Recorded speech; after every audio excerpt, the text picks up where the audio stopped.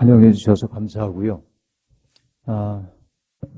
좋으신 주님의 위로와 평강이 여러분 모두 함께 하시길 빕니다. 오늘부터 사흘 동안 5번에 걸쳐서 저와 함께 신앙여행을 떠나시게 될 텐데, 저는 물론 말씀을 준비해가지고 왔습니다만, 사실은 여러분들하고 대면하면서 그 말씀의 방향이 다른 곳으로 갈 수 있습니다. 왜냐하면 언제나 성령께서 우리를 이끌어 가시는 그 길로 가곤 하기 때문에 그렇죠. 이곳에 와서 어제 도착을 했는데요. 벌써 여러 교인들과 함께 식사도 하고 또 이야기도 나누고 그런 가슴 벅찬 시간이 제게 있었습니다. 이곳에 와가지고서는 제가 깜짝 놀란 게 시카고에서 왔어요. 제가 지난 금요일 날 한국에서 출발해가지고 비행기를 타고 왔더니 동안 왔는데 또 금요일이에요. 그리고 토요일부터 집회를 해서 닷새 동안 거기에선 집회를 닷새 동안을 했고요. 그러고는 이제 시카고가 굉장히 춥다는 이야기를 듣고 겁을 잔뜩 먹고 갔는데 굉장히 포근했습니다. 이상할 정도로 포근했고 그러니까 아주 견딜만 했는데 시카고에서 비행기를 타고 이곳으로 오기 위해 비행기를 탔는데 제 옆자리에 등치 큰 남자들이 앉아 있었는데 반바지를 입고 있는 거예요. 그래서 이분들이 미쳤나 보다 그렇게 생각을 했는데 와보니까 굉장히 포근하고요. 또 꽃이 피어 있는 거 보고 놀랐고요. 이 겨울의 꽃이라니. 그리고 이 아름다운 자연 환경들을 바라보면서 마음속에 깊은 감동이 있었습니다. 그리고 제 마음속에 또 하나 드는 마음은 뭐냐면 저는 그저 한국 땅에서 태어나서 그 땅에서 살고 있고 제가 그곳에 사는 동안 언어가 어려워가지고 누구하고 의사소통에 어려움을 겪은 적이 없고 주눅든 적도 없고 그렇게 살았는데 여러분들은 이곳에 오셔서 어쨌든 이제는 어지간히 익숙해지시긴 했겠지만은 적응하기까지 얼마나 많은 애를 쓰셨을까. 그렇죠. 마치 제가 이곳에 와서 미국에 오니까 제 유럽에서는 영어가 제법 잘 통했습니다. 잘 들리기도 하고요. 저도 제법 잘하고 그렇게 했는데 여기 오니까 말이 어떻게 빠른지 알아듣는데 어려움을 겪고 있는데 가끔 외국인들을 만나면은 그런 생각을 제가 합니다. 그 사람이 어떤 얘기를 해서 저도 응답을 하고 싶은데요. 응답을 바로 나오질 않으니까 머릿속에 한국말로 얘기하고 그걸 영어로 번역하고 이 과정이 지나가요. 그럼 바보가 된 것 같아요. 여러분 그런 느낌으로 많이 지내셨겠다. 그렇죠. 얼마나 기가 막힌 세월들을 살아오셨을까 그 생각들을 하니까 정말 여러분 얼굴 뵙는 것이 마음속에 감동이 좀 됩니다. 그러니까 여러분 소설가 가운데 박완서 선생님이 계신데요. 세상을 떠나셨습니다만 그 박완서 선생님이 인생에서 겪지 말아야 할 고통을 한번 겪은 적이 있죠. 사랑하는 아들이 의사가 되기 위한 공부를 했고 의사가 됐는데 그만 세상을 떠나고 말았습니다. 그 너무나 고통스러웠어요. 그래서 글도 쓸 수가 없고 그래서 그는 어찌할 바를 몰라 하니까 여러분도 혹시 아시나요? 기도를 많이 쓰셨던 이혜인 수녀님이라고 하는 분 계시죠? 이혜인 수녀님이 외관에 있는 수도원으로 와서 좀 쉬시라고 그래서 박완서 선생님이 그 수도원에 찾아간 겁니다. 가서 있는데도 그 마음속에 그 고통이 풀리질 않는 거죠. 그래서 하나님 앞에 원망하듯이 얘기를 했습니다. 한 말씀만 하소서. 왜 하필이면 나의 아들입니까? 왜 내 사랑하는 아들을 그렇게 빨리 데려가셨습니까? 하고 그는 기도했습니다. 여러분 그렇게 기도해도 하나님이 대개는 응답을 안 하시잖아요. 하나님이 좀 과묵하신 분이십니다. 대답이 없어요. 그런데 어느 날 아주 굉장히 고통스러운 시간이 지나가고 있었는데 어느 날 수녀원에서 돌보고 있는 노인들이 있었는데 그러니까 버림받은 노인들을 수녀들이 모시고 사는 거예요. 근데 어느 날 보니까 소변과 대변을 다 받아내는데 대변을 받아내서 들고 나오는 그 수녀님의 표정이 환한 거예요. 맑은 거예요. 그때 이제 박완서 선생님이 어떤 생각이 얼핏 들었냐면 내가 그동안 잘못 생각했구나. 왜 하필이면 내게 이런 일이 벌어집니까? 라고 생각을 했었는데 왜 내게는 그런 일이 벌어질 수 없다고 생각했던 것이지? 생각이 그렇게 좀 바뀌어 가기 시작했어요. 그러고 나니까는 참회의 눈물을 흘릴 수밖에 없었는데 어쨌든 그렇게 해서 그 수렁과도 같은 그 상황에서 조금씩 벗어나올 수 있게 됐는데 미국에 살고 있던 딸들이 엄마 좀 나와서 좀 이따 가셔요. 그래서 오셨습니다. 미국에 지내고 있는데 언어가 안 되잖아요, 이분이. 그러니까 모국어에 대한 그리움 때문에 한국으로 돌아가요. 그리고 비행장에 내리는 순간 모국어가 자기에게 돌아오는 그 느낌을 받으면서 마음에 안심이 되는 그런 느낌을 받죠. 사실은 모국어라고 얘기했습니다마는 모국어는 이 땅에서 태어난 2세들도 이제 한국어가 모국어일 수 있죠. 그러나 모어는 다르죠. 모어는 내가 태어나서부터 어릴 때부터 썼던 말이 모어니까 2세들은 모어가 영어인 것이죠. 모어와 모국어는 좀 다르죠. 그런데 아무튼 여러분 모국어에 대한 그리움 같은 것들이 많을 텐데 그러한 나눌 수 있는 모국어가 없는 모국어를 사용하기가 참 어려운 이 속에서 너무나 많은 애를 쓰셨겠다 하는 생각을 해봅니다. 그리고 그런 생각도 들었어요. 특별히 이 지역에 살고 있는 분들 마음이 답답하면 저 넓은 태평양 바라보면서 어떤 생각하셨을까? 아마 좀 울지 않았을까? 그런 생각이 들기도 합니다. 니코스 카잔차키스라고 하는 그리스의 문학가가 있는데요. 그분의 책 전쟁과 신부라고 하는 책에 보면 전쟁이 나가지고서는 사람들이 피난길에 올라가고 있는데 야나로스라고 하는 신부도 피난길에 올라갑니다. 어떤 산골짜기를 지나가다 보니까 어떤 영감님 한 분이 흘러가는 물을 하염없이 바라보고 있습니다. 그래서 묻습니다. 영감님 뭘 그렇게 보고 계세요? 그러자 이 시냇물에 실려서 흘러가는 내 인생을 보고 있다고 그렇게 말해요. 꽤 시적으로 얘기를 했죠. 그러냐고. 그러자 영감님이 그 신부에게 이렇게 질문합니다. 젊은이는 바닷물이 왜 짠 줄 아시오? 묻죠. 글쎄요, 왜 짤까요? 그랬더니 땅에 살고 있는 사람들의 흘린 눈물 때문이라고 그렇게 얘기합니다. 어쩌면 바닷물이 짠 것은 그 때문인지도 모르겠어요. 그래요. 그런데 여러분, 때때로 그런 넓은 바다를 보고 있으면은 어떤 때 마음이 좀 후련해지기도 하죠. 좀 필요합니다. 그렇죠?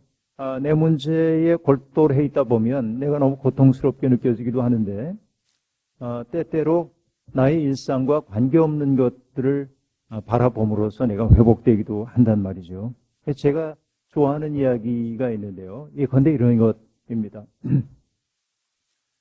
우리가 이 도심 가운데서 복닥이면서 살고 있다가 여러분 저 넓은 바다 앞에 가면 여러분 바닷가에서 어떤 일들이 벌어지는지 아시죠? 젊은이들은 술래잡기 하는 것처럼 그 파도하고 괜히 경쟁을 좀 하죠. 파도 가까이 갔다가 파도가 좋으면 도망치고 까르르거리고 웃고 그러다가 밤중에 그 파도를 만나면 대개 장난 놀다가 어느 순간에 말들이 없어지고 파도만 철썩철썩 치는 파도만 바라보는 거죠. 아무 생각이 안 들 수도 있습니다. 정진규라고 하는 시인은 그렇게 얘기하더군요.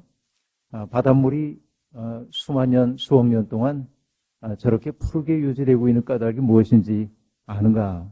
정진규 시인은 이렇게 얘기합니다. 앞물결이 뒷물결에게 자리를 내주기 때문이다. 그렇게 말해요. 그렇죠? 만약에 앞물결이 여긴 내 자리야 하고 버티고 있으면 바다는 바다일 수 없죠.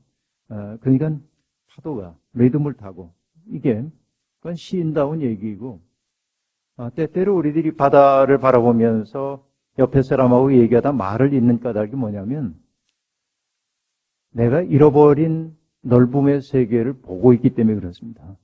원래 인간 속에는 그런 넓음이 있거든요. 근데 그거 잊고 살았단 말이죠. 사는 동안에. 그런데 그 넓음의 세계가 내 앞에 당도한 거예요. 여러분 어린 시절을 저도 시골에서 보냈습니다마는 그 시골의 어린 시절에 여름 생각해 보면 밀집방석 마당에다 쭉 깔고요. 그리고 옛날에 다 골고루 가난한 때니까 대개 시골에서 저녁은 감자를 많이 넣은 수제비 끓여 먹기 일수인데요. 여름날 이제 수제비 해 먹으려 치면은 모기들이 달려드니까 왕겨 갖다가 마당가에 쌓아놓고 그리고 거기다 왕겨에 불을 붙여서 연기를 내죠. 그것만 가지고 모기 퇴치가 안 되니까 뭐 하냐면은 쑥대 낫으로 듬성듬성 벼다가 쑥대를 그 위에 얹어놓으면은 쑥 냄새가 번지면서 모기가 달려들지 않는 거죠. 그리고 여러분 그 수제비 다 먹고 나면은 잠깐 바람 쐬며 쉬는 동안 어머니 무릎을 베고 풀어 누우면 여러분 밤하늘에 그 총총했던 별 기억나세요? 밤하늘의 별들이 총총하죠. 그때는 정말 그 은하수가 눈에 그대로 보였고 어마어마한 그 별들이 보입니다. 근데 대개 뭐 윤동주는 뭐 별 하나에 뭐 하나 뭐 이렇게 헤아리고 그랬습니다만 근데 여러분 이 별이라는 거 가만히 바라보다 보면 어떤 생각이 듭니까? 그 정말 삭막한 별 하늘을 바라보면서 사람들은 말들을 잇죠. 왜 그럴까요, 여러분? 그것은요, 내가 잃어버리고 있었던 높음의 세계가 내 속에 들어왔기 때문에 그렇습니다.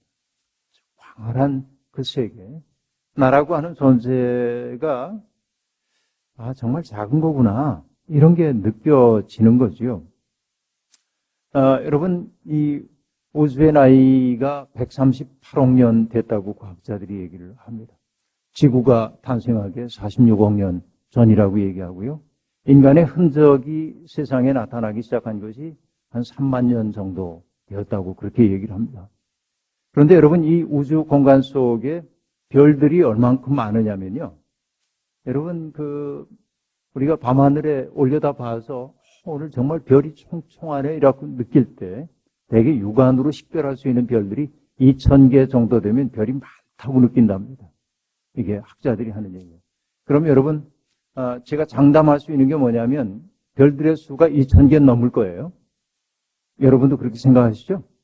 너무 심각하게 이렇게 그 통계 숫자를 지금 맞나 틀리나 이렇게 판단하지 마시고 그냥 그저 그런가 보다 하고 잘 들어보셔요. 근데 여러분 이 우주에 별이 몇 개쯤 될 것 같아요? 도저히 헤아려지지 않죠. 근데 어느 학자들이 얘기하는데요. 전 지구상에 있는 모든 모래알갱이, 그 바닷가가 됐든 강가가 됐든 뭐 사막이 됐든 모든 모래알갱이의 10배쯤 된대요. 별들의 수가. 상상이 되세요? 상상이 잘 안 되죠? 그러니까 2,000개 넘어요. 분명한 건. 어마어마한 숫자입니다. 여러분, 그 광대한 세계. 그죠? 여러분, 천자문을 보면 처음에 천지, 현황 그렇게 돼 있잖아요. 그죠? 하늘천, 따지, 거물현, 그죠? 거물현, 노루황 그렇게 얘기했어요. 이건 뭡니까? 천지, 현황 그런데 하늘이라고 하는 것은 현하다. 현은 뭐예요? 검다. 우리는 하늘이 푸르다고 생각하잖아요. 근데 하늘이 검은 거죠. 그죠? 밤하늘을 보면 밤하늘이 검은 것을 알 수 있어요. 그러니까 여러분 이 우주라고 하는 건 어마어마한 공간 속에 있단 말이죠. 그런데 여러분 그 별하늘 바라보면서 그런 생각 들지 않습니까? 이 광막한 우주 가운데 나는 왜 없지 않고 있는가? 이렇게 오래된 지구의 역사, 우주의 역사 가운데 내가 여기에 있다고 하는 그 사실이 얼마나 놀라운가. 여러분, 지금 이 지구상에 70억 명의 인류가 살고 있다고 얘기하고 있는데요. 여러분, 이 어마어마한 우주의 공간에서 보자고 한다면 나라고 하는 존재는 티끌만큼도 안 되는 거죠, 사실은. 그런데 그 티끌이 고민하면서 사는 거죠. 그죠? 누구를 사랑하기도 하고, 미워하기도 하고, 절망에 빠지기도 하고, 그렇죠? 이게 이제 인간의 모습이에요. 그래서 여러분, 저는 지금까지도 던지고 있는 질문이 그런 질문입니다. 나는 왜 없지 않고 있는가? 그 얘기예요. 나는 왜 없지 않고 있는가? 이 자리에.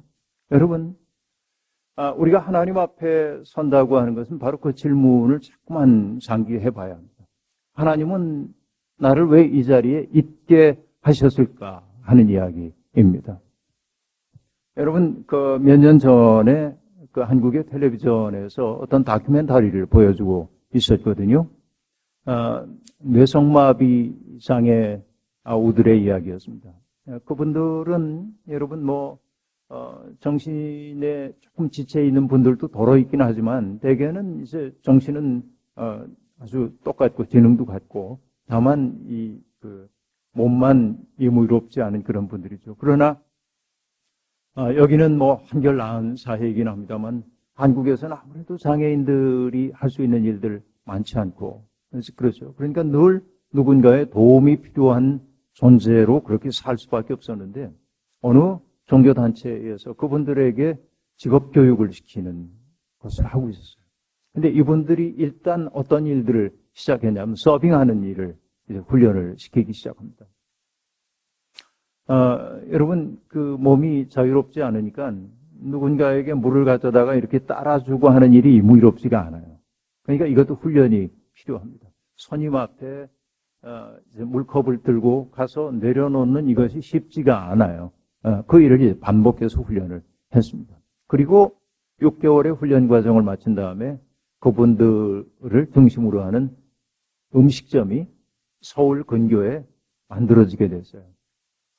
그리고 간판 하나가 큰 대로변 옆에 세워졌습니다. 오늘 여기에서 이제 음식점이 이제 시작됩니다. 하고 하니까 차를 타고 지나가던 사람이 점심 무렵이 돼가지고 들어왔습니다. 차를 세우고 음식점 문을 딱 열고 들어가는 순간 그들은 조금 당황했어요. 왜냐하면 흔히 생각하는 음식점 풍경이 아니라 몸에 장애가 있는 분들이 자신을 맞아주는 걸 보고 당황스러워했습니다. 그러나 얼른 상황을 눈치채고 자리에 앉았습니다. 자, 이제 첫 손님이 왔어요. 그래서 훈련받은 대로 가서 물을 갖다가 넣었는데 여러분 긴장하면 실수하잖아요. 실수를 했어요. 그러나 여러분 그분들이 너그럽게 괜찮다고 걱정하지 말라고 격려를 해주면서 야단법석의 시간들이 이제 흘러갑니다. 그리고 카메라가 빠졌다가 한 달 후에 카메라가 그 식당을 다시 찾아가요.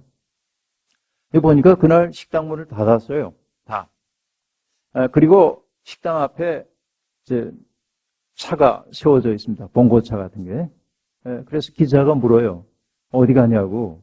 그러자 따라오시라고. 보니까 이 차가 간 곳은 은행이었습니다. 지난 한 달 동안 영업을 해가지고 생긴 수익금을 똑같이 나누어서 그분들 통장에 넣어주는 날이었어요.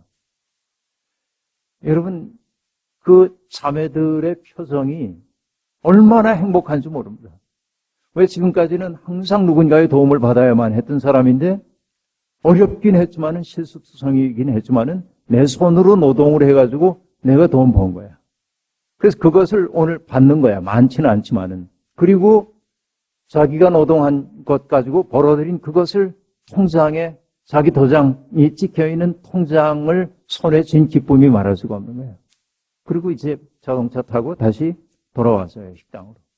그때는 오래전이기 때문에 휴대전화가 없을 때인데 자매 하나가 공중전화 박스에 매달려가지고 전화 통화를 하고 있습니다. 카메라가 그 뒤를 이렇게 잡고 있었어요. 통화가 끝나자 기자가 그 자매에게 물었습니다. 누구에게 전화했어요? 그러자 그 자매가 여러분 그 뇌성마비 장애우들이 첫 말 떼는 게 좀 어렵죠. 그래서 아주 어렵게 해가지고 엄마에게요. 그렇게 말을 합니다. 엄마에게 뭐라고 했어요? 고맙다고요. 그 말했어요. 그때 여러분 제가 소파에 앉아가지고 이렇게 아주 오만한 자세로 등을 떡 기대고 보고 있었습니다.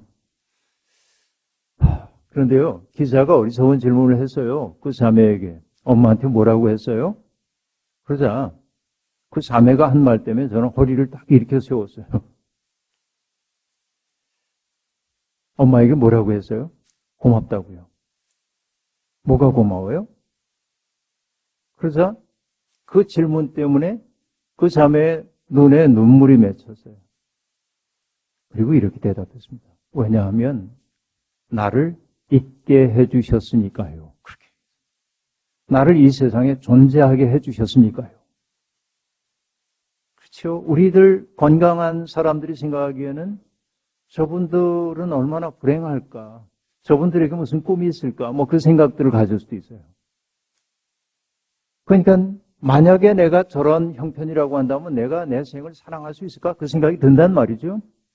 근데 그 자매의 이야기, 나를 있게 해주신 그 사실 자체 때문에 어머니에게 감사합니다. 마음에 감동이 됐습니다. 참 감동이 됐어요. 그래서 여러분, 수많은 사람들이 하나님의 은혜 혹은 은총하면 내가 바라는 어떤 것들이 이루어지는 것을 하나님의 은총이라고 흔히 얘기들을 하지요. 그리고 여러분, 병든 사람이 기도했더니 병이 나았다. 이게 신비한 일을 체험했다 하고 얘기합니다. 그건 물론 신비한 거 맞습니다. 그러나 여러분, 우리가 잊고 살고 있는 것들이 있습니다. 내가 두 발로 대지를 딛고 걷고 있다는 사실도 참 신비한 일이고요. 내가 내 숨을 쉬며 산다는 것도 신비한 일이고요. 제가 우리 교우들 가운데 어려움을 겪는 많은 교우들을 보니까 여러분 침을 삼킬 수 있다는 것도 은총이고요. 그렇죠. 우리가 내게 주어져 있는 것들을 당연하게 받아들일 때 그 인생에는 감사함이 없어요.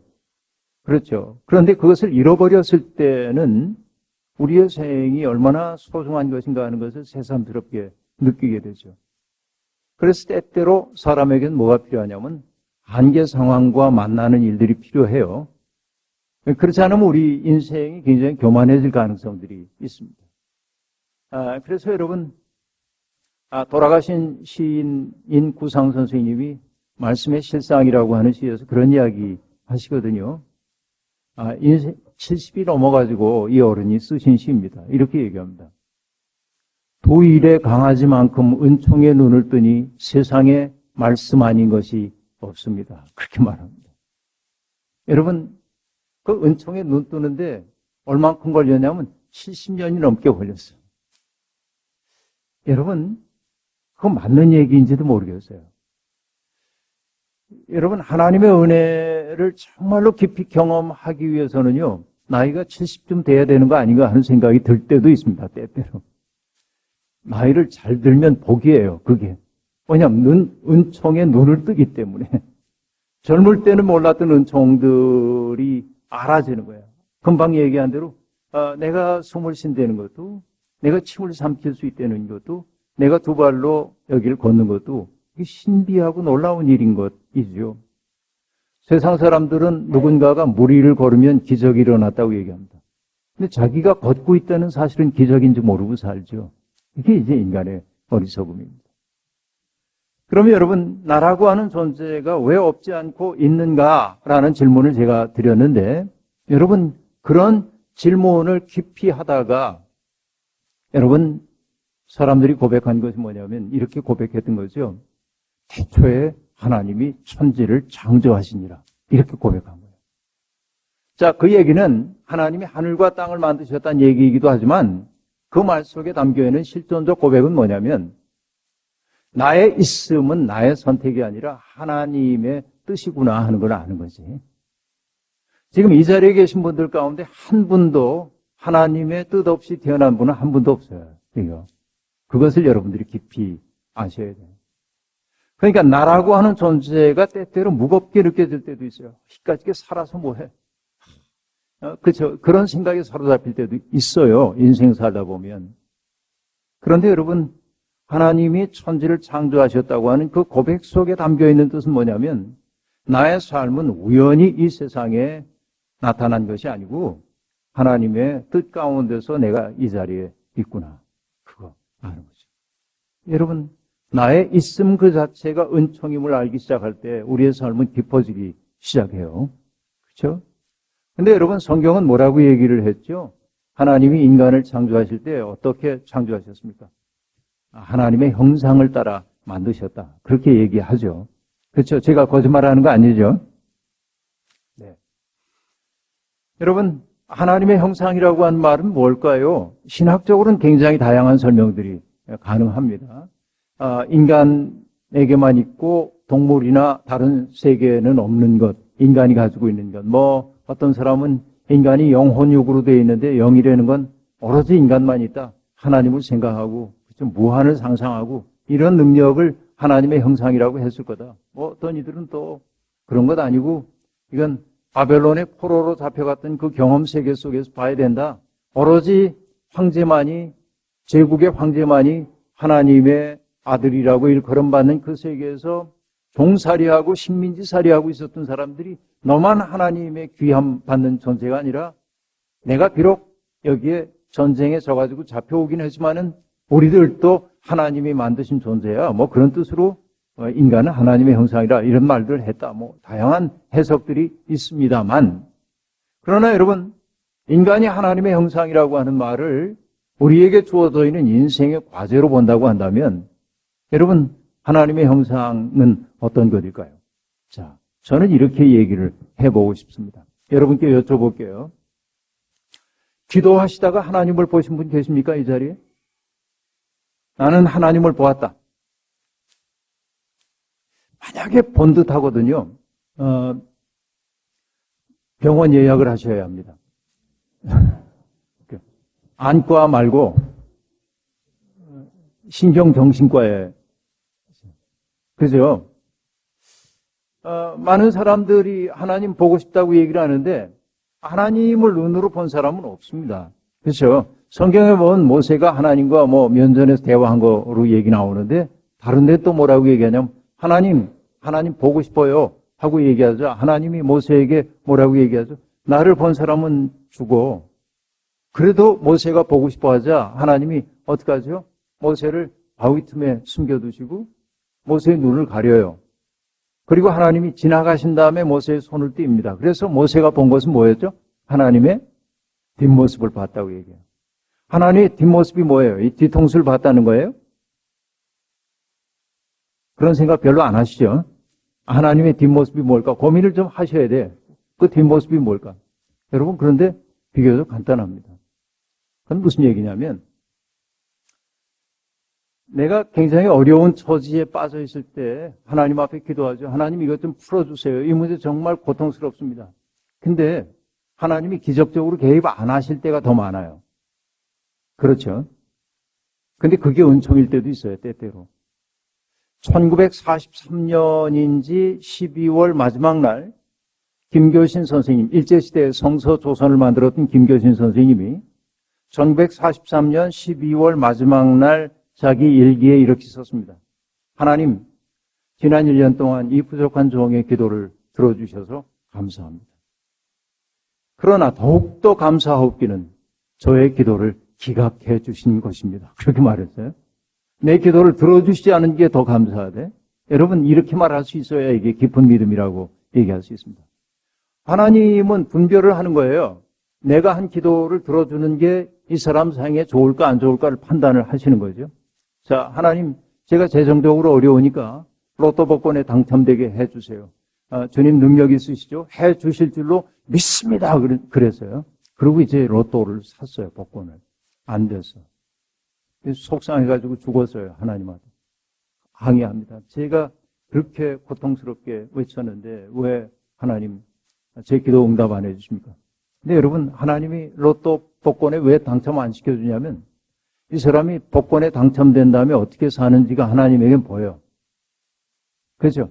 시간과 공간을 넘어서 있는 존재이기 때문에. 갑자기 돈이 많아지기 시작하면서 하나님 멀리하고 엉뚱한 데 마음 쓰고 그의 관계가 파괴되고 인성이 파괴되는 걸 봐서. 그러니까 하나님이 얘는 해주면 안 되겠다. 그럴 거 아닙니까? 이게 이제 굉장히 중요한 거라고 봐요. 하나님은 이미 다 알고 계시는 거죠. 근데 여러분, 결국 하나님 뒷모습이라고 하는 건 뭐냐면 내가 가장 고통스러웠을 때 하나님이 내게 오셔서 궁극적 도움을 안 주신 것 같은데 조금 세월이 지나가지고 돌이켜 생각해 보면 그때 하나님의 은총이 나를 붙들고 있었음을 느끼게 돼요. 여러분 안 그렇습니까? 그렇죠. 그래서 어느 목사님은 책을 쓰셨는데 자기의 자서전적인 책을 쓰셨는데 책 제목이 이러합니다. 돌아보니 발자국마다 은총이었네. 그런 책이에요. 그러니까 여러분 인간은 어리석어요. 내가 직면하고 있는 현실 속에서는 하나님의 현존이 안 느껴져요. 그럴 때가 많아요. 근데 돌이켜 생각해 보면 하나님의 은총이 나를 붙들고 있었고 나와 동행하고 있었음을 알게 되는 거죠. 그것을 저는 하나님의 뒷모습이라고 보는 거예요. 하나님이 뒷모습 보여주셨다는 게 그런 거죠. 근데 여러분 어쨌든 모세는 그렇게 하나님의 뒷모습을 봤다고 고백을 했어요. 근데 여러분 살다 보면 어떨 때 하나님을 본 듯한 느낌이 들 때가 있습니까? 없습니까? 그럴 때가 있어요. 그럴 때가. 그죠? 어떨 때일까요? 여러분 이렇게 하나 예를 들어볼게요. 이 대목입니다. 창세기에 보면 20년 동안이나 타지에 생활하고 있었던 야곱이 고향으로 돌아옵니다. 거기서도 살 수 없게 됐죠. 고향으로 돌아와요. 근데 야곱은 걱정입니다. 재산도 많아졌고 자식도 많아졌지만 형 에서가 자기를 죽이겠다고 했던 그것이 생각나서 너무 고통스러운 거예요. 그래서 재산과 가족을 두 대로 나눠서 앞서거니 뒤서거니 보내놓고 자기는 혼자 약복강 나루에 엎드려 있습니다. 고민입니다. 그런데 어떤 존재가 나타나서 야곱과 더불어 씨름을 이제 하는 거예요. 붙으니까 야곱은 두려움에 휩싸인 나머지 그 존재에게 지면 안 될 것 같아서 한간 힘을 다해 버티는 거죠. 그러다가 마침내 우리가 하나님의 사자라고 합니다. 하나님의 사자가 야곱의 환도뼈를 쳐요. 요즘으로 얘기하면 고관절이죠. 그러니까 고관절이 위골됐어요. 여기가 엉덩이 뼈에 있는 이 부분이 위골이 됩니다. 여러분, 하나님이 치실 뼈가 많은데 왜 하필이면 고관절을 치신지 아십니까? 뭐 그런 생각 별로 안 하시죠. 그냥 뭐 성경에 그렇게 나오니까 그런 게 있나 보다 이제 이 정도이죠. 재미나는 게 뭐냐면 야곱이라고 하는 이름이 여러분 무슨 뜻이죠? 야곱이? 발 뒤꿈치를 잡는 자잖아요. 발과 관련이 돼요. 야곱은. 그러니까 야곱이 했던 삶은 뭐냐면 누군가의 발 뒤꿈치를 잡음으로 살아난 거야. 형 에서의 그 장자권을 팥죽 한 그릇 가지고 뺏어 먹고 아버지의 눈이 어두웠을 때 형을 속여가지고 아버지의 축복을 가로채고 그렇죠? 외삼촌 라반의 집에서 외삼촌의 그 양떼들을 자기 거로 만들기 위해 수작 부리고 뭐냐면 남의 발목을 딱 잡는 자예요. 그러니까 제주꾼입니다. 남의 발목을 잡아요. 그러니까 남을 손해나게 하는 그런 일을 이 야곱이 해온 거예요. 그러니까 여러분 환도뼈가 부러졌다고 하는 건 뭐냐면 지 발만 믿고 살아왔던 그 옛 삶이 무너진 거야 이게. 그날 밤에. 그렇죠. 여러분 그래서 환도뼈가 부러진 건 은총인 거예요. 그래서 여러분 이 존재가 하나님의 사자가 야곱에게 묻습니다. 야, 나 놔줘. 나 가야 돼. 그러자 야곱이 얘기합니다. 저를 축복하기 전엔 놔드릴 수가 없습니다. 그러자 묻죠. 내 이름이 뭐냐? 야곱입니다. 그래? 그러면 이제부터 너 이름 야곱이라고 하지 말고 이스라엘이라고 해라. 그렇게 얘기합니다. 이스라엘은 하나님과 겨루어 이겼다. 그렇게 번역되어 있습니다. 그런데 여러분, 하나님과 싸워 이길 수 있는 사람이 누가 있어요? 야곱이 했던 건 뭡니까? 하나님의 사자를 붙들고 나를 축복하시기 전에는 놔드리지 않겠습니다 해서 하나님과 씨름해서 얻어낸 존재예요. 하나님으로부터 은총을 얻어낸 존재예요. 자, 이전에 야곱은 뭐 하는 사람이었어요? 발목 잡는 사람이었어요. 그런데 이제는 야곱은 누구를 붙잡기 시작했어요? 하나님의 은총을 의존하는 사람이 됐어요. 그렇죠. 그러고 나니까 여러분 어떻습니까? 야곱이라고 하는 과거의 사람은 죽었어요, 이제는. 그리고 오로지 하나님의 은총으로 살아가는 새로운 사람으로 그날 태어난 거죠. 야복강에서 벌어졌던 사건은 뭐냐면 옛삶의 죽음이에요, 결국은. 그죠? 나의 옛삶이 죽었다고 하는 건 뭐죠? 옛 존재가 죽었어요. 그러고 나서 형제가 만납니다. 둘이 목을 어긋 맡기고 울었다고 성경이 얘기해요. 아름다운 화해의 장면입니다. 그렇죠? 형 에서도 야곱에게 책망하지 않습니다. 네가 지난날 무슨 짓을 했는지 알지? 내가 너 죽이려고 해서 이런 말 안 해요. 그냥 불쌍히 여깁니다. 긍휼히 여기고 부둥켜 안습니다. 그때 야곱이 그런 말을 하죠. 형님의 얼굴을 베옵는 것이 마치 하나님의 얼굴을 베옵는 것 같습니다. 그렇게 말합니다. 그죠? 그래서 그것을 뭐라고 얘기했다고요? 분이엘, 하나님의 얼굴이라는 뜻이에요. 그렇죠? 어떨 때 여러분 형님의 얼굴이 하나님의 얼굴처럼 보여졌습니까? 잘못 따지지 않고 불쌍한 거하고 톡성 하나 줬어요. 우리를 있는 그대로의 모습으로 수용해 줬을 때, 그렇죠? 여러분 우리 살아가면서 때때로 구원을 체험하는데 그게 언제냐면 나같이 무익한 것을 누군가가 톡썩 사랑으로 부둥켜 안아줄 때란 말이죠. 이게 이제 우리가 하나님을 체험하는 것이라고 얘기할 수 있습니다. 이게 이제 인간이에요. 인간의 본질은 그렇게 되어 있습니다. 여러분, 시인인 정현종 선생님이 그런 말씀 하셔요. 자기는 방이 많은 집을 갖고 싶다고 얘기하면서 그 방에다 이러이러한 사람 모셔가지고 함께 살고 싶대요. 그렇죠? 그 많은 방들이 그죠? 전체로 절묘한 꽃 한 송이인 그런 집을 갖고 싶다고 얘기하면서 거기에 모셔드리고 싶은 사람을 쭉 얘기하는데 그 가운데 하나가 뭐냐면 이런 사람입니다. 누군가를 부둥켜 안을 때 그 팔이 엿가락처럼 늘어나는 사람. 여러분, 제가 그동안 어쨌든 살아오면서 보니까요, 많은 사람들을 만나고 살고 있습니다만 누군가를 부둥켜 안을 때 그 팔이 엿가락처럼 늘어나는 사람을 만나기가 여간 어려운 게 아니에요. 제가 어떤 분에 대해서 긍정적으로 얘기합니다.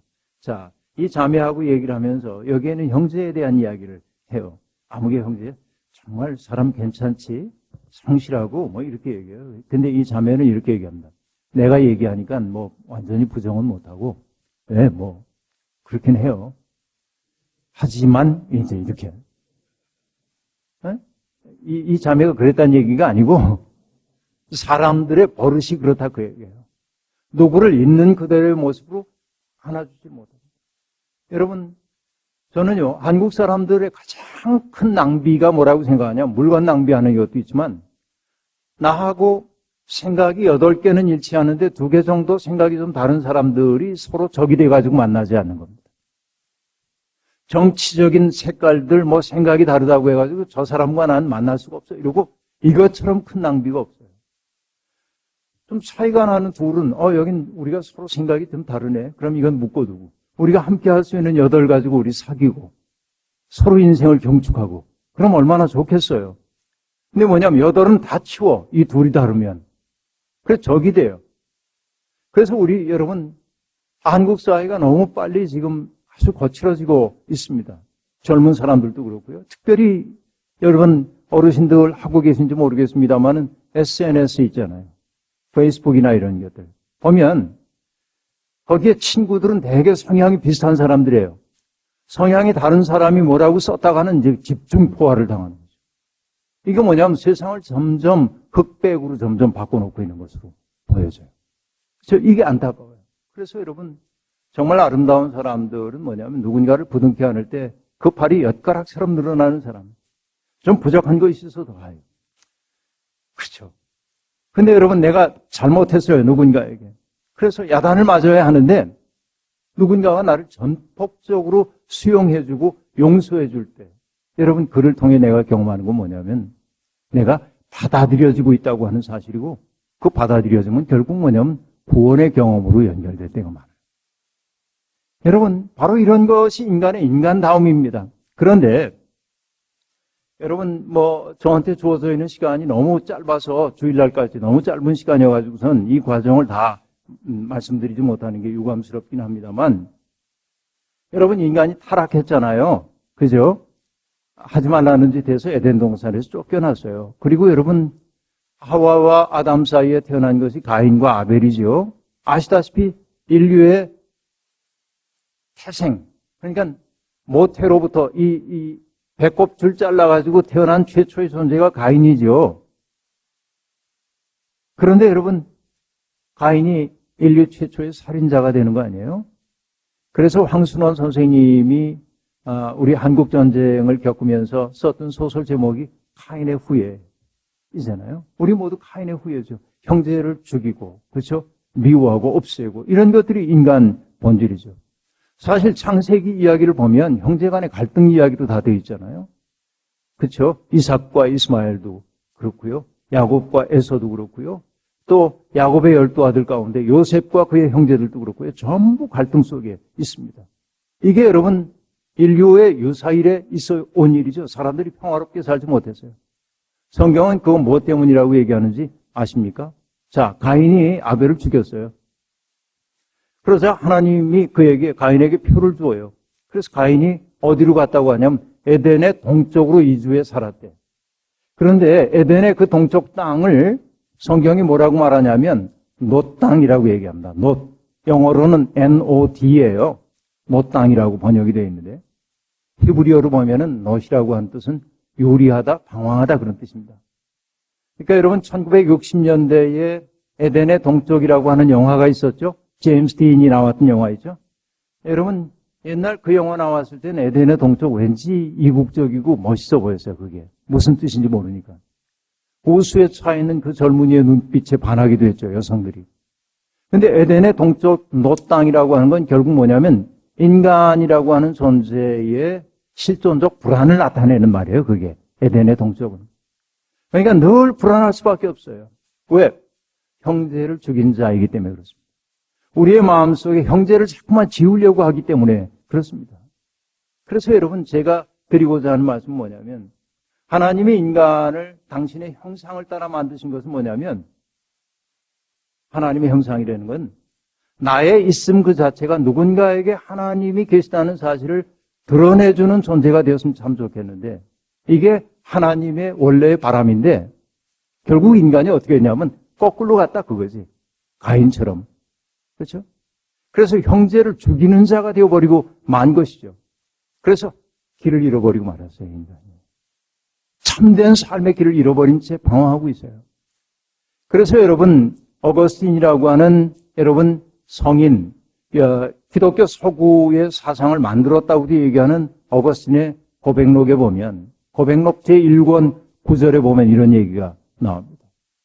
님을 위해 우리를 내셨기에 님안에 쉬기까지는 내 마음에 평안함이 없습니다. 이렇게 말합니다.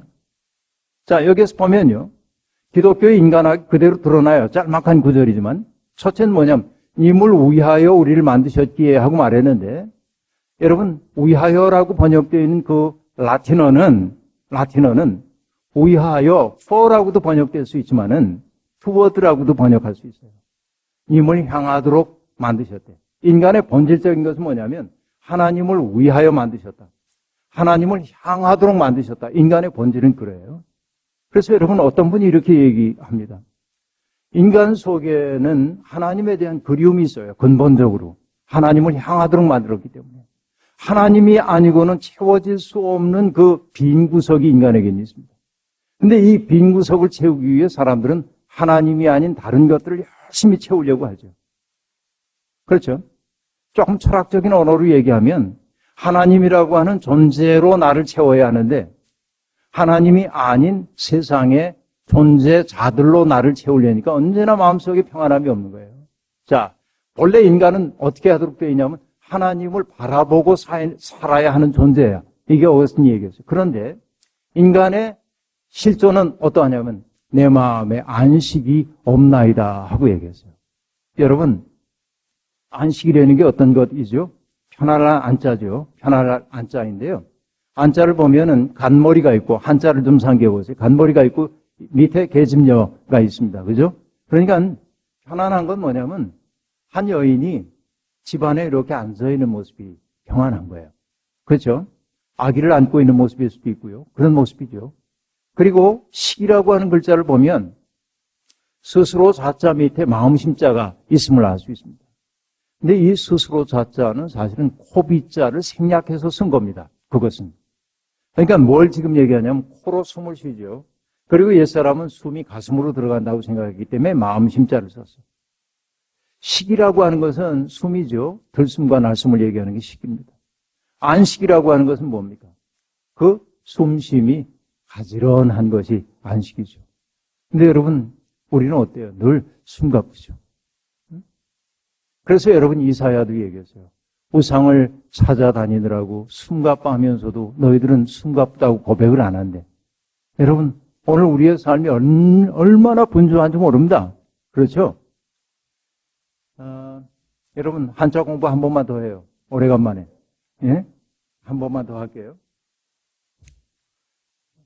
마음심자 밑에다가, 망할 망자 밑에다가 마음심자를 썼어요.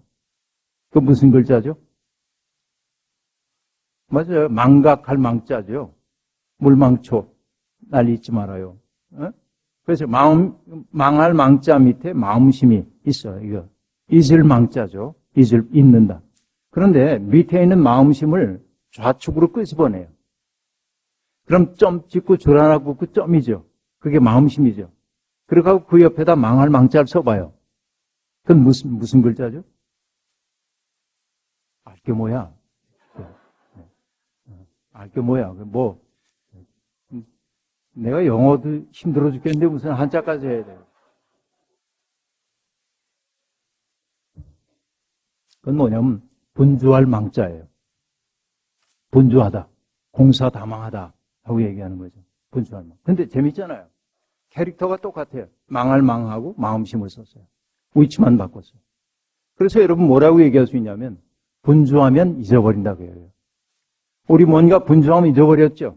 분주하면 잃어버리잖아요. 막 바삐 하다 보면 열쇠도 놓고 나오고 휴대전화도 놓고 나오고 분주하면은 잊어버리잖아요. 그러니까 여러분 우리가 이 세상에서 살아남기 위해 너무 분주하게 일하다 보니까 잊어버렸어 내가 누구인지. 난 누구죠 여러분? 난 누구예요? 이 광막한 우주 가운데 나라고 하는 존재가 없지 않고 있는 까닭은 뭐였습니까? 하나님의 형상되기 위한 거였죠. 하나님의 형상된다고 하는 것은 뭐였어요? 아까 얘기했었죠.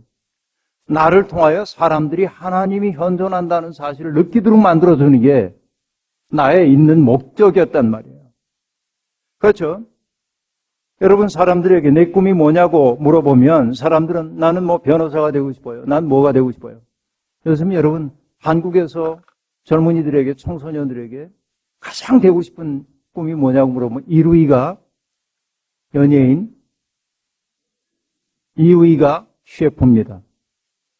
먹방이 요즘 아주 최고 인기거든요. 한국에서.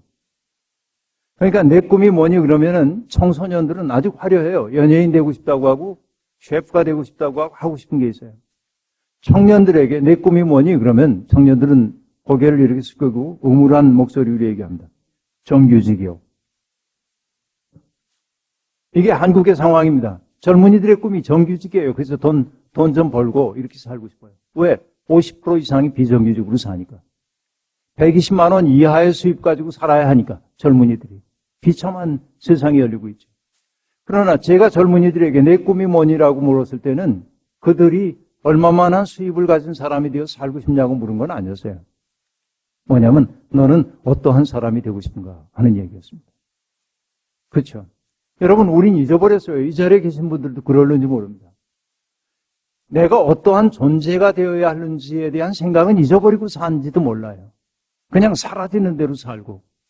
그러나 여러분 우리가 기독교 신앙인이라고 한다면 우리에게 있는 공통의 목표가 있어요. 우리의 존재로서의 목표. 그건 뭡니까? 나를 통하여 사람들이 하나님의 현존하심을 느낄 수 있도록 사는 거예요. 그렇죠? 이게 우리의 존재의 목표가 되어야 돼요. 그러니까 여러분, 젊은 사람들만의 목표가 아닙니다. 오늘 연세가 80, 90대이신 분들도 그 꿈을 갖고 살기 시작해야 합니다. 그렇죠? 죽을 때까지 우리는 완성된 존재가 되기 어렵기 때문에 여러분, 여기 계신 연세가 많으신 어르신들도 오늘부터 여러분 꼭 가지셔야 할 꿈이 뭐냐면 나의 있음이 누군가에게 하나님을 상기시킬 수 있으면 참 좋겠다. 그렇죠? 이렇게 살게 될 때 우리의 삶이 힘있게 되기 시작하는 거죠. 그런데 여러분, 잘 안 돼요. 살다 보니까 잘 안 돼요. 그렇게. 그래서 우리에게 필요한 것은 뭐냐면 뭔가 길을 보여주는 이정표가 필요해요. 근데 하나님이 우리에게 이정표를 보내주셨잖아요. 그분이 누구입니까? 예수 그리스도시죠. 우리는 그분을 누구라고 고백을 하죠? 주님은 길이요, 진리요, 생명입니다 하고 고백합니다. 근데 여러분, 예수님을 길이라고 고백하는 그 의미는 여러분 뭐예요? 예수님은 길이십니다. 참 아름다우십니다. 그러기 위해서 여러분이 있습니까? 여러분, 한국에 지방자치단체들이 이제 지자체들이 돈들이 조금 생겨나기 시작하면서 이분들이 단체장들이 정말 돈 쓸 데가 없는지 주로 하는 일이 뭐냐면 토목사업을 많이 벌입니다. 그래서 여러분, 시골에 가면요 정말 산골짜기에 가도 도로가 어마어마하게 잘 닦아져 있습니다. 하루에 자동차 몇 대 다니지도 않아요. 그런데도 도로가 어마어마하게 잘 되어 있습니다. 아주 오래간만에 거기를 가보면 도로가 너무 텅텅 비고 잘 되어 있어가지고 놀래요, 사람들이. 거기 도로 굳이 그렇게 안 만들어도 되는데. 왜 그렇게 해야 뭐 한 것 같아요. 중앙정부에서 돈도 따오고 그래서 뭐 이렇게 지역을 위해 내가 일했어요. 표 주세요. 이런 거이죠. 근데 여러분, 그거 볼 때마다 드는 생각이 뭐냐면 너무나 많은 사람들이 예수를 길이라고 하면서 그 길은 안 걸어. 무슨 말씀인지 아시겠어요?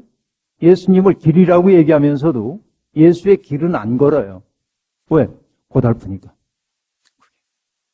예수를 진리라고 얘기합니다. 그런데 여러분, 예수처럼 살진 않습니다. 그래서 여러분, 사람들이 이렇게 제가 몇 년 전에 책 한 권을 읽고 있었는데요. 그 책 제목이 뭐냐면 교회로부터 예수를 구하라. 그런 제목의 책이에요. 교회로부터 예수를 구하라. 그런 책입니다. 발칙한 제목의 책이죠. 그런데 제가 영어 책이에요. 번역되기 전인데 영어 책인데 이렇게 이제 책을 보다 보면 사람들이 저를 이렇게 쳐다봐요. 왜 그러냐면 여기 예수님의 초상화가 그려져 있는데 표지에 예수님의 입에다가 그 배관 공사할 때 쓰는 은색 테이프로 붙여놨어요, 입에. 근데 사람들은 전부 저를 의심해요. 제가 붙인 줄 알고. 근데 아니에요. 책이 그렇게 나왔어요. 근데 그 밑에 책의 부제가 어떻게 되어 있냐면 How to stop worshiping Christ. 어떻게 그리스도를 경배하는 일을 그만두고 How to start following Jesus. 그렇게 되어 있어요. 어떻게 예수를 따를 것인가. 너무나 많은 사람들이 예수님을 주님은 위대하십니다. 정말 주님 덕분에 우리가 구원받았습니다. 주님은 아름다우십니다. 이렇게 이제 경배하는 일에 익숙해요. 그런데 문제는 뭐냐면 주님이 우리에게 부탁한 것은 나를 경배하라가 아니잖아요. 뭐라고 하셨어? 나를 따르라. 그럼 우리가 정말로 예수의 제자라고 한다면 그분을 따르기 시작해야 하는데 그 길은 여간 어려운 길이 아니에요. 사실은 보면. 그러니까 따르기가 어렵기 때문에 사람들은 뭐라고 하냐면 경배하기 시작하는 거예요. 이게 한국교회가 타락한 까닭이 바로 거기에 있다고 우리 얘기할 수 있습니다. 그렇죠? 경배하는 건 쉬워요. 경배하는 건 주님 영광 받으소서. 여러분, 이 교회에서는 찬양 인도하는 분이 마지막에 주님께 영광의 박수를 돌립시다. 이거 안 하셔서 제가 다행이다 그랬어요. 딴 때는 하시는지도 모르겠습니다만.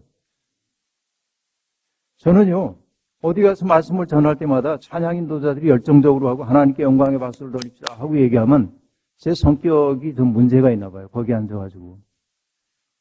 사는 게 하나님께 영광이 되야지 박수만 친다고 되나. 왜냐하면 예수 그리스도가 정말 우리를 통해서 하고 싶은 일은 안 하면서, 그렇죠. 그 일은 한사코 거절하면서 찬양하고 박수 친다고 주님 영광 받으시나 그 얘기예요. 지금 제가 드리고 싶은 말씀은. 그렇죠. 여러분, 그러나 우리는 이제 분명히 알아둬야 합니다. 길을 알아야 돼요. 내가 이 세상에 왜 있는지도 알아야 하고요. 그리고 내가 이 세상에서 참다운 삶을 살기 위해서는 어떤 삶을 살기 시작하는지를 알아야 합니다. 그렇죠? 오늘 예수님의 첫 번째 제자들이 예수님을 만나는 장면이 나오고 있습니다. 내가 메시아를 만났다고 얘기하니까 그런가 하고 이제 따라와요. 그리고 여러분, 나중에 안드레가 베드로를 예수님께 데리고 가는 장면을 우리가 봤습니다. 근데 여러분, 예수님이 베드로에게 이렇게 얘기하시잖아요. 뭐라고 얘기하냐면, 시몬아, 나는 이제부터 너를 베드로라고 부르겠다. 괄호 열고, 베드로는 번역하면 반석이라. 그렇죠? 게바는 번역하면 베드로라. 베드로의 뜻은 반석. 그렇게 되어 있죠. 여러분, 저는 이 대목을 보면서 감동합니다. 뭘 감동하냐면, 여러분 생각해 보세요. 시몬이라고 하는 사람의 직업이 뭐였죠? 베드로의 원래 직업이 뭐예요? 고기 잡는 사람이죠? 그러니까 여러분, 그냥 우리 그 시골의 서해바다나 동해바다에서 고기 잡는 사람 생각하실는지 몰라요, 여러분. 근데 이 고기 잡는 사람인 베드로의 당시의 형편을 알면 여러분 생각이 달라집니다. 무슨 얘기냐면, 베드로가 살고 있을 때 갈릴리의 영주는 누구냐면 헤롯 안티파스라고 하는 사람입니다. 이 헤롯 안티파스의 아버지가 헤롯 대왕입니다. 예수님이 태어나셨을 때의 왕이에요. 그 지역에. 근데 헤롯 대왕이 죽으면서 자기의 아들들에게 자기 왕국을 4조각을 내가지고 아들들에게 조금씩 나눠줘요. 그래서 그 왕들은 4분의 1 왕이 됩니다. 그걸 뭐라고 하냐면 분봉왕 그래요. 분봉왕. 성경에 보면 분봉의 왕이라고 그러죠. 그러니까 헤롯 대왕이 다스리고 있던 그 강토를 아들들에게 4분의 1로 나눠가지고 나누어줘서 지배하게 했어요. 그 분봉왕이에요. 근데 야심가였던 헤롯 안티파스는 분봉왕의 지위에 만족이 안 돼요. 아버지처럼 나도 대왕이 되고 싶어요. 전부를 다스리는. 그러기 위해서는 어떻게 해야 합니까, 여러분? 국민들의 눈치 봐야 됩니까? 로마 눈치 봐야 됩니까? 임명권자 눈치를 보는 거죠.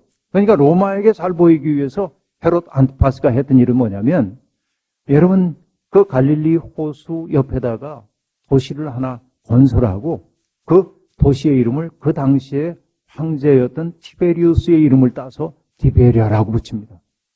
그럼 여러분, 그 당시에 갈릴리 인구가 10만 명 정도 안 되었을 거라고 보고 있는데, 그들로부터 건져낸 돈, 받아낸 돈으로 도시를 하나 건설하려니까 여러분 얼마나 많은 세금을 걷어들였겠어요. 짐작이 되시죠? 짐작되시죠? 그리고 여러분, 세금을 걷다 보니까 어부들에게도 얼마나 많은 세금을 걷었냐면 나중에는 이렇게 걷어들입니다. 그물의 크기에 따라서 세금을 매겨요. 너 오늘 조업 나가지? 그물 크기 이만하니까 이만큼을 내. 못 잡는 날도 있는데 말이죠. 그러니까 어부들은 기껏 잡아 올려봐도 남는 게 없어요. 게다가 여러분, 내가 물고기를 잡아 올려가지고서는 업한장에 나가가지고서는 경매를 통해서 팔면 좋은 값을 받을 수 있는데, 헤롯은 자기가 돈을 벌어야 했기 때문에 염장 처리 공장을 만들어 놓고 갈릴리 어부들이 잡아내는 물고기들을 헐값에 사간 겁니다. 독재자가. 그러니까 여러분, 갈릴리 어부들은요, 너무나 피폐한 인생을 살 수밖에 없었습니다. 여러분, 그래서 마가복음에 보면은 예수님이 공생애 시작하시면서 처음에 회당에 들어가시고 회당에서 나오셔서 들어가는 데가 베드로의 장모 집에 들어가거든요. 근데 베드로의 장모가 여러분 무슨 병에 걸려 있었습니까? 열병에 걸려 있다고 얘기했죠. 그 열병을 헬라어로 보면 무슨 병이냐면 화병입니다. 왜 화병 났는지 짐작이 되세요? 남자들이 죽어라고 이래도 입에 풀칠하기 어려워요. 그때 1세기의 갈릴리의 상황이 그랬단 말이에요. 그래서 저 사위라고 하는 게 몸 하나는 건강해가지고 사위라고 하는 게 그냥 열심히 일해가지고선 그냥 반드시 입에 풀칠이나 하고 있었는데 어느 날 보니까 예수를 따라간다고 그물질도 안 하는 거예요. 화병 났죠. 화병 날만 하잖아요. 여러분 바로 그런 상황입니다. 그러니까 여러분 갈릴리의 어부들은 누가 볼 땐 얘기 못하지만 자기들끼리 그랬을 거예요. 이게 새로운 세상 와야지 말이야. 이놈의 세상 뒤집어 버렸으면 그랬던 거예요. 예수님의 첫 번째 제자가 갈릴리의 어부였던 까닭이 그런 데 있는 거예요, 여러분. 그게 우연적 사건이 아니에요, 이건. 그때 여러분 새로운 세상이 열려야 한다고 생각을 했던 거죠. 여러분 생각해 보세요. 그런 곤고함 속에 살았던 베드로가 늘 인자하고 온유한 표정을 짓고 이렇게 있었겠어요? 누가 나 건드리기만 해봐라. 응? 여러분, 어떤 이들은 한국 대부분의 남자들, 중년 이상의 남자들은 사진을 찍으면서 웃으세요 그러면은 안 웃어요. 그래도 끝까지 웃으라고 그러면 웃긴 웃는데 나중에 사진을 보면 우는 건지 웃는 건지 그 표정이 아주 곤란합니다. 왜냐하면 별로 웃을 일 없이 살았기 때문에 그런 거죠. 베드로도 그랬을 것 같아요. 여기에 써 있었겠죠. 맹견주의. 건드리면 뭡니다. 그런 거죠. 그런 이제 베드로예요. 그리고 여러분 노동으로 단련된 얼굴이니까 시커멓게 탔을 거고 그랬을 거 아닙니까? 입성 허름하고. 근데 예수님이 그 시몬을 보고 뭐라고 얘기합니까? 이게 감동적인 얘기예요. 시몬아 이제부터 나는 너를 게바라고 부르겠다. 게바는 번역하면 베드로라. 그렇게 얘기합니다. 베드로. 뭐예요? 반석.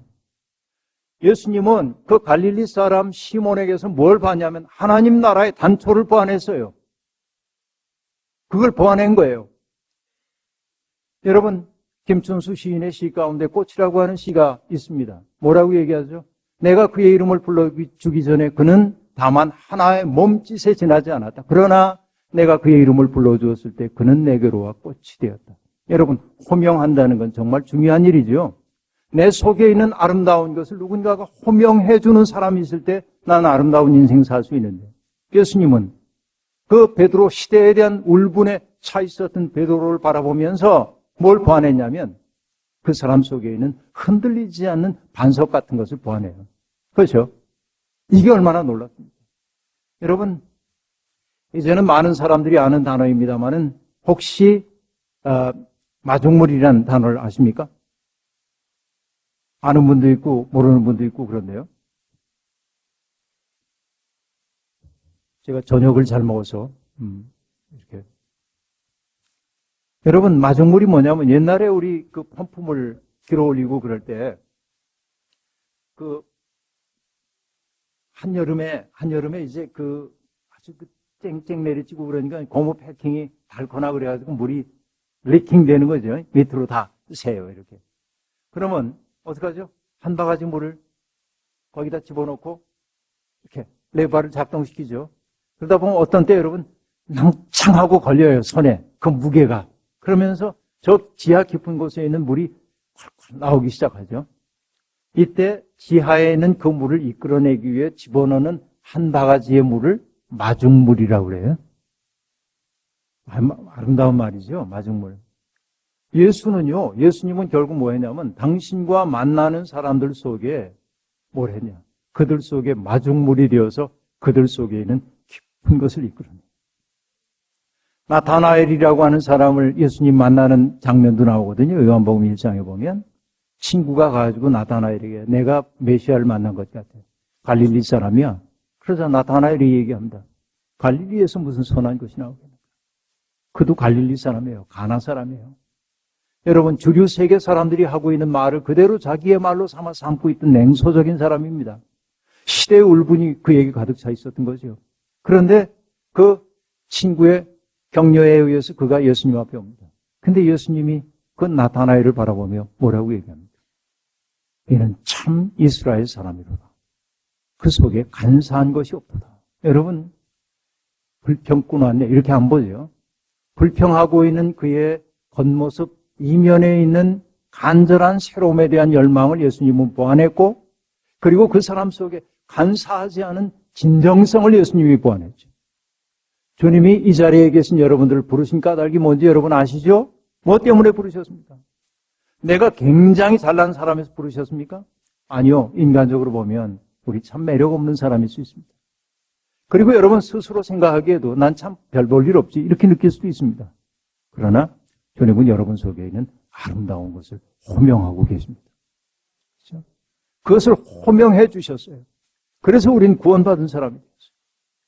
세상에서 가장 큰 은혜는 여러분 어떤 것일까요? 나 같은 존재를 예수 그리스도께서 당신의 백성으로 삼아주시고 하나님 나라의 백성으로 우리를 인쳐주신 것도 하나님의 은혜입니다. 네, 여러분 그거보다 더 큰 은혜가 있습니다. 자, 여러분 우리말 공부 한번 해요. 나는 예수님을 믿습니다. 여러분은 지금 영어로 딱 되시죠? I believe in Jesus Christ 그렇게 되죠.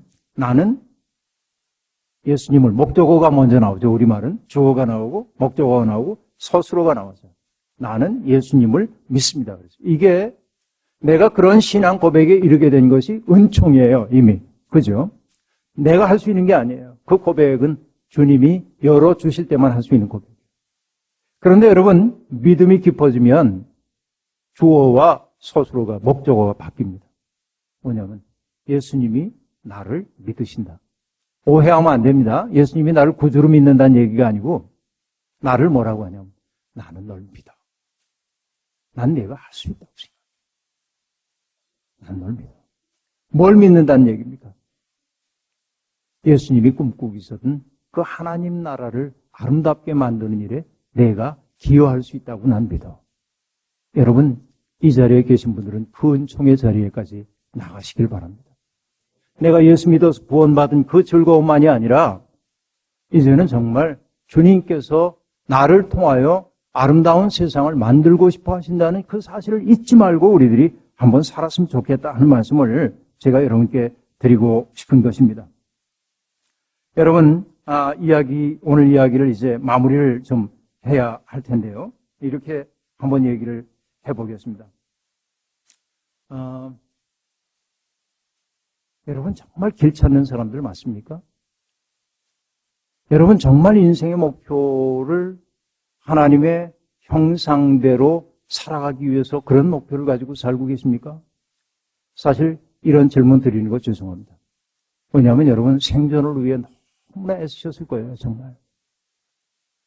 그런데 여러분이 예배를 드리는 까닭은 뭐냐면 그 어려움에서 잠시 눈을 돌려서 내가 어디에 있는지를 봐야 되지.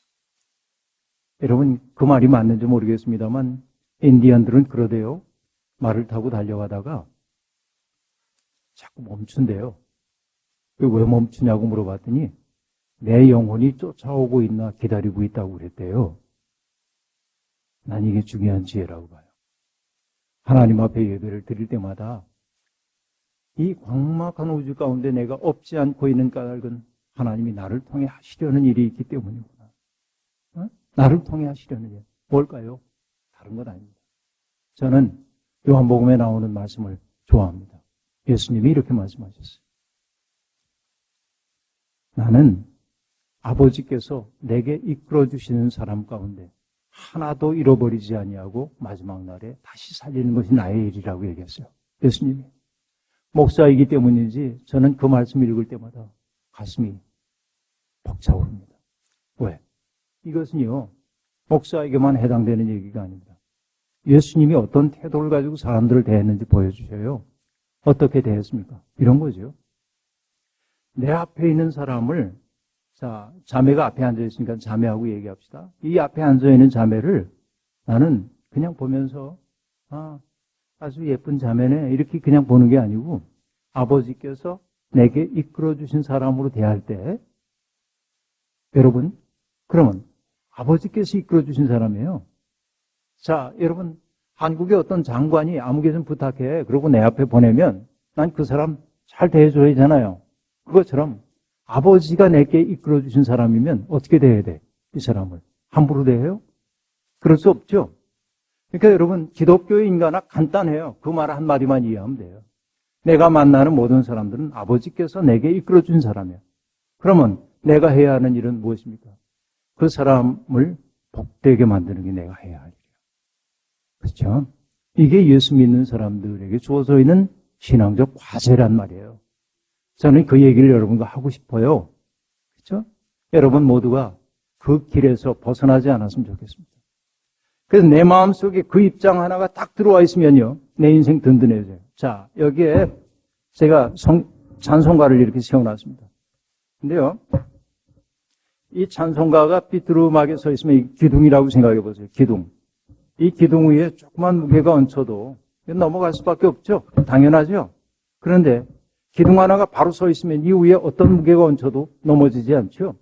여러분, 내가 예수를 믿는다고 하는 것은 예수라고 하는 기둥이 내 속에 딱 들어오는 거예요. 그 입장을 딱 갖기 시작하면, 자, 내 앞에 당도한 그 모든 사람들은 아버지께서 내게 이끌어주신 사람이다. 이렇게 느끼면요, 내 인생이 얼마나 아름다워지는지 모릅니다. 여러분, 그 길에서 벗어나지 않는 멋진 존재들이 되기를 주의 이름으로 축원합니다.